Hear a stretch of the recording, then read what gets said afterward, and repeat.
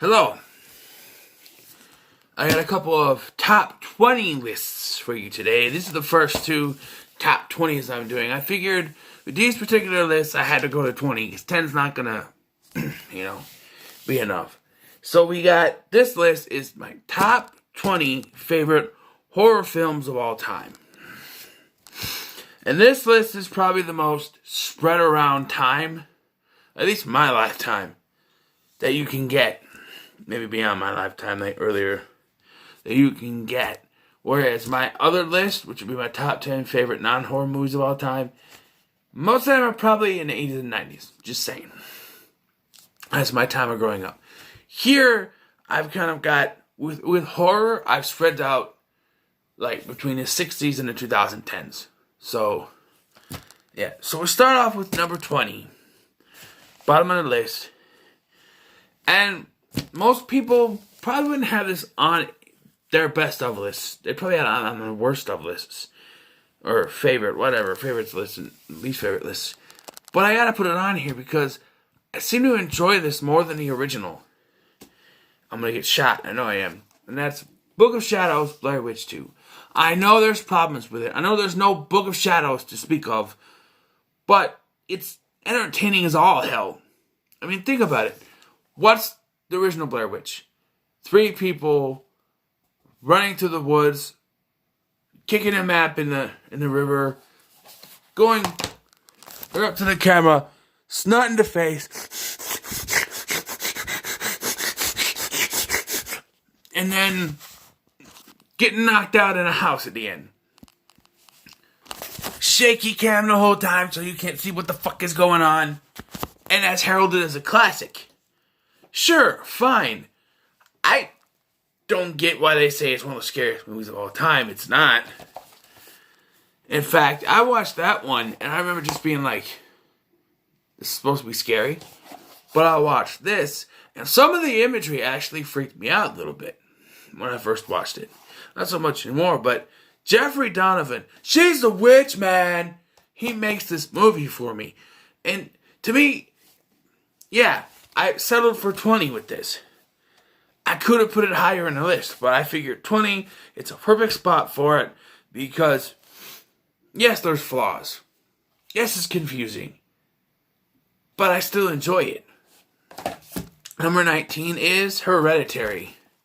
Now, I want to let you guys know, last Saturday, like this past Saturday, before I left, I watched Midsommar, whatever. And what I saw was so disturbing. I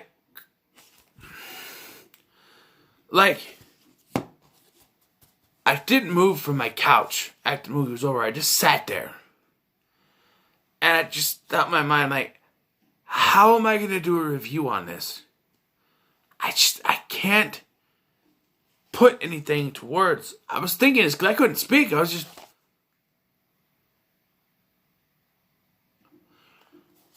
And I thought back, I'm like, hey, you remember when this was the most disturbing movie you've seen? I remember going to see this, right?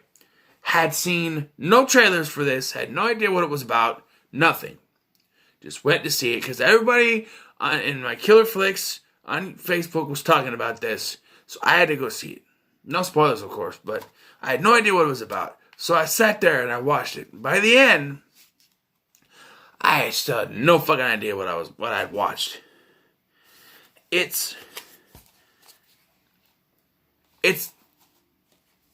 have a feeling that whatever movies that Ari Aster does will not have great rewatchability with them. This, and especially Midsommar, are not movies you can rewatch constantly. I think this movie I've watched maybe twice. Once in the theater and once when I got the Blu-ray. That's it. And it sits there. But I like it. And the performance of Toni Collette, fuck you, Oscars. She deserved an Oscar for her performance, man. You'll give someone like Joaquin Phoenix a nomination for a fucking dumbass movie that should never have gotten made. But someone who actually had a good performance in a film doesn't get any nominations. Fuck you, Oscars. Just saying. To try to explain this movie to you would take probably this whole video's length work, so I'm not gonna try it, but just go out and watch this, alright? Number 18 is Dead Silence from the creators of Saw. And I thought about putting Saw in this because I love Saw. But to me, this one is the one that got me the most because I thought about it. So the Saw movies, the first one is really the best, and the rest just get kind of gruesome into the torture porn territory. Well, this one, it has suspense. It has this darkness about it. Just kind of, it even has lore to it. Beware the stare of Mary Shaw. She has no children, only dolls. If you see her in your dreams, be sure you never ever scream or shrivel your tongue out at the seam. There's the lore. And yeah, it's really suspenseful. Donnie Wahlberg is like the most hilarious thing in this. And not because he's trying to be. It's because everywhere he goes, he keeps shaving with an electric razor. I don't understand that, but it's funny as hell. I really enjoy this. One of these days, I gotta review this movie. Because it's a good movie. Number 17 is Get Out. Jordan Peele's big debut as a horror director. And I was kind of, I had both this and Us in my hand, and I'm like, I don't think Us would work, because I want to see it once, but this, I've seen a couple times. I didn't go to the theater to see this, but I bought it. I've seen it a couple times on TV. I think this one, for me, gets the most, gets the better judgment. It's like, yeah, I know I complained about the racism in Black Lightning, that's why I don't watch it. This isn't really racism. It has a racial overtones, or undertones, whatever it is. I don't know the word, but it works. And Bradley Whitford, I love Bradley Whitford, from Billy Madison, Eric is pregnant, to Cabin in the Woods, which I hardly review. Go watch that review. And this one, he's great. And all the performances are on par. I don't believe it should have gotten nominated for Best Picture. I think someone was trying to preach or something. I don't know. But yeah, very good. Go watch it. Now this is going really, really old school here. Number 16 is Dracula. I reviewed Bram Stoker's Dracula, the movie with Keanu Reeves. Carfax Abel. But this one is classic Dracula. I know this is like complete collection, but like when it comes to Draculas, you can't get any better than Bela Lugosi. I never drink. Why? I know they used that line in the other one, but I never drink. Why? And of course, classic line. Creatures of the night. What music they make. You can't beat Bela Lugosi. The best Dracula. Even though I kind of like Gerard Butler's Dracula and Dracula 2000. We won't get into that. But, yeah, best Dracula ever. Watch it if you haven't. Number 15 is White Noise. I already did a review on this. Michael Keaton plays a man who loses his wife. And he gets visited by a guy who tells him that his wife has been contacting him. And they find out that,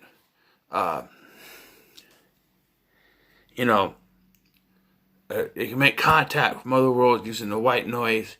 And yeah, it's a great thriller. It's a great film. Keeps you on your toes for the entire film. And there's some lulls, but when there's lulls, that's when they hit you with the suspense. It's very good. Number 14 is Psycho. The first slasher film. You ain't changing me. People say, oh, Black Christmas. No. People say Halloween is the first big slasher film. No, it's Black Christmas. Of course, that started the slasher craze. Yes, but this is the first big slasher. It's, to go by, you know the story. To explain the story, I'd have to spoil the film. And eventually I'm going to get the rest of the movies and I'm going to do a whole series on it. But just know that Norman Bates, as played by Anthony Perkins, forget about the Vince Vaughn version, as played by Anthony Perkins, is one of the most interesting characters in a horror film I've ever seen. And I'm not big on black and white movies. TV shows, maybe. I grew up with a lot of sitcoms, but I'm not big on black and white movies. I can't binge watch black and white movies, you know what I mean? But, like, this one got me. And it's performance of Anthony Perkins that really takes this whole movie. Because after a certain part of the film, he's like one of the only ones until some other characters come along. So yeah, go if you haven't seen it, go watch it. Alright, so number 13 is The Faculty. The height of the 90s, Scream type deal. This came along, and it's a movie about a modern alien invasion and the group of students that have to fight it off. It's Invasion of the Body Snatchers. Meets Scream in the 90s. It's very good. Josh Hartnett's really good in it. Elijah Wood, probably one of his better performances, to be honest. It's a very good film, even from Jordana What's-Her-Face. Go watch it. Faculty. Number 12 is Evil Dead 2013. I already talked about this. I have a review. To me, this is the best Evil Dead movie. While it's not as campy as the first three Evil Dead movies, I think this one gets the horror. What Fede Alvarez did, he reinvented the Evil Dead franchise, and I hope they find some way to bring him back for the new one, which I don't think they will, because I think he's working on Don't Breathe 2 or something like that. But I hope. To me, they get the scares, the creep factor, the gross out factor, all great in this film. Alright.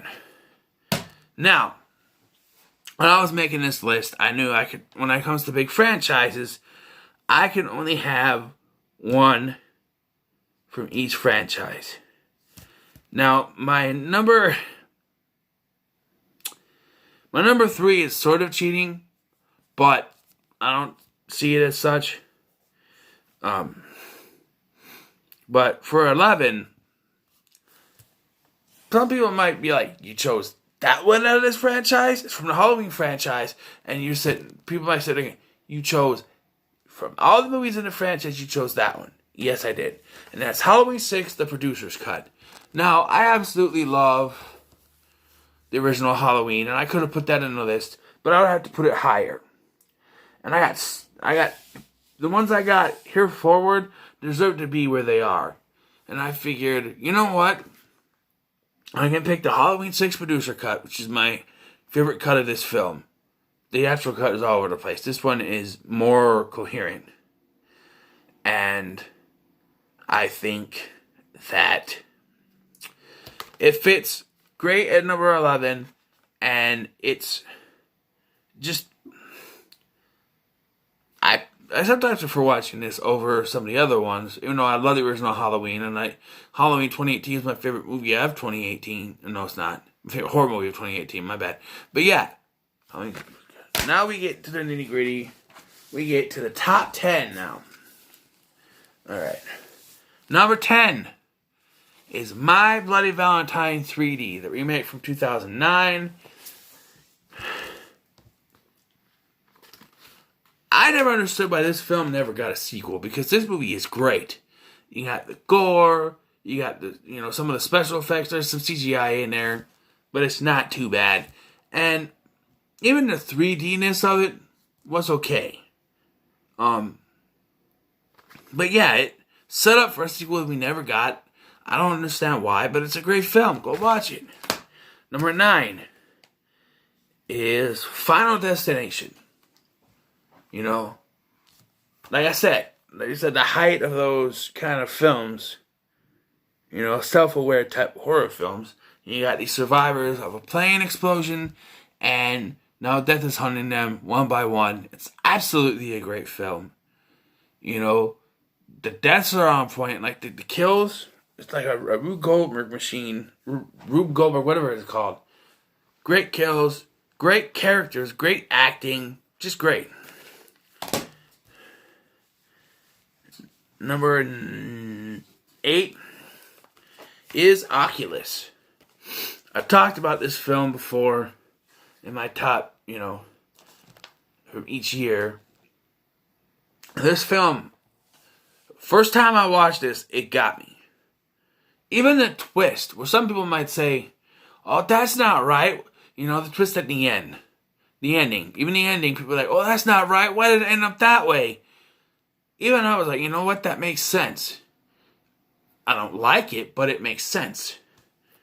Oculus, I've said before, it tells the story of a brother and sister who, when they were kids, they moved into a house with their parents, and the dad bought this mirror that was cursed, and it caused the mom and the dad to act differently, and eventually it ended with the dad killing the mom and the brother killing the dad.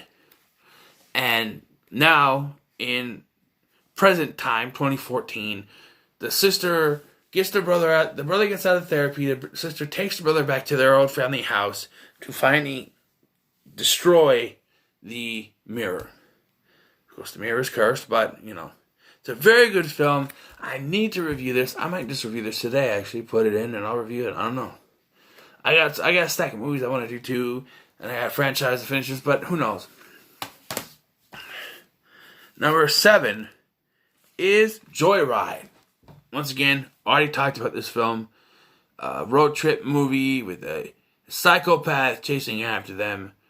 One of Paul Walker's great performances. Even Steve Zahn, who I don't really care for, has a good performance in this. And also, it's an okay performance from Lily Zobelina.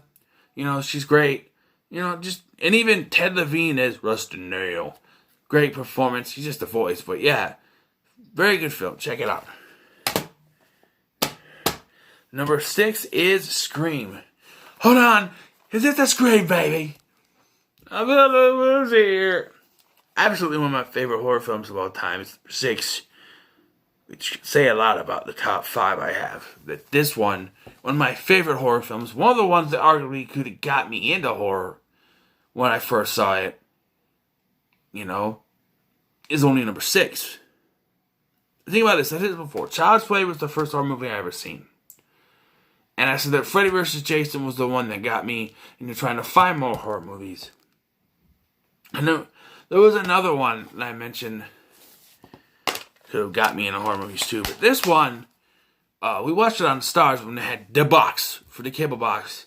And I remember just being like, whoa. But yeah, Scream. Absolutely one of the greatest horror movies ever made. Absolutely one of my favorite horror movies. Top 5, baby. Top 5. Number 5 is The Crow. Now, I mentioned this before in my every horror movie from every year I've been alive. My favorite horror movie, whatever. That this is technically a horror movie. It's a slasher film. It's a revenge slasher film where you have Brandon Lee as Eric Draven going around slashing up the people who tortured, raped, and killed his wife and him, or his girlfriend, and then killed him. And I haven't seen any of Brandon Lee's other films. Never needed to. This for me is the greatest performance he ever did. I don't care about any other films. And to me, it is a horror film. It's a slasher film, like I said, and it's one of my favorites. Number 4 is Texas Chainsaw Massacre from 2003, the remake. I haven't seen every Texas Chainsaw Massacre movie out there. I know about them. And even knowing about, I've top of my head, Texas Chainsaw Massacre 3, this one, Texas Chainsaw 3D. That's it. I know about the other films, I know the plots and the characters and everything that goes on in those movies, but this one still gets me. Much like, what was it? Much like the Evil Dead one, this one is a darker, less campy version. I mean, the first one, the original wasn't campy. It was kind of, grimy, grindhouse type film. And the second one was kind of campy. This one is dark. It's more serious. It's a little bit gross. And especially the acting from Arlene Ermy, Jonathan Tucker. Jessica Biel's okay too. See her ass. Absolutely great. And yeah, I think it's one of the better remakes out there, to be honest. I think it was in my list of remakes. But yeah. Number 3, and this is why it's kind of cheating. Freddy vs. Jason. You could say this is my Friday the 13th pick. I originally had the remake on here, but I thought about it. I think I said this before. This is the one that got me to seek out more horror movies to watch. And so, yeah. Especially the Nightmare on Elm Street franchise. But for me, I'm counting this as the Friday the 13th one. Freddy vs. Jason. What can I say about it? It's Freddy vs. Jason. Go watch this thing. Number 2. Nightmare on Elm Street 3. The Dream Warriors. The greatest Nightmare on Elm Street movie ever made. Nothing can ever top it. They tried. They can't. It's great. It's just, it's Freddy at his best. It's the Nancy at her best, arguably, and most of the characters at their best. Even Wes Craven, who didn't direct it, but he helped write it and he helped put things together at their best, And number 1, no surprise here, Child's Play, the original from 1988. My favorite horror movie ever. Of course it was going to be Child's Play. Of course it's going to be Chucky. There you got it. What else can I say? Charles Lee Ray is a serial killer who gets shot and uses voodoo to transplant his soul into the body of a doll. And the doll gets given to a kid named Andy. And he is after Andy's body because Andy is the first person he told his secret to. And so he can only transfer himself into Andy, which really kind of makes no sense. But I've already reviewed this, so who knows. My favorite horror film. Watch it.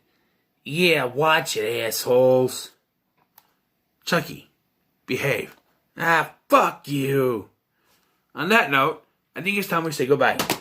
So, what are your thoughts on my list? Let me know in the comments below. Like, share, and subscribe. And I'll see you for my top 20 favorite non-horror movies of all time. We'll get to it. See ya.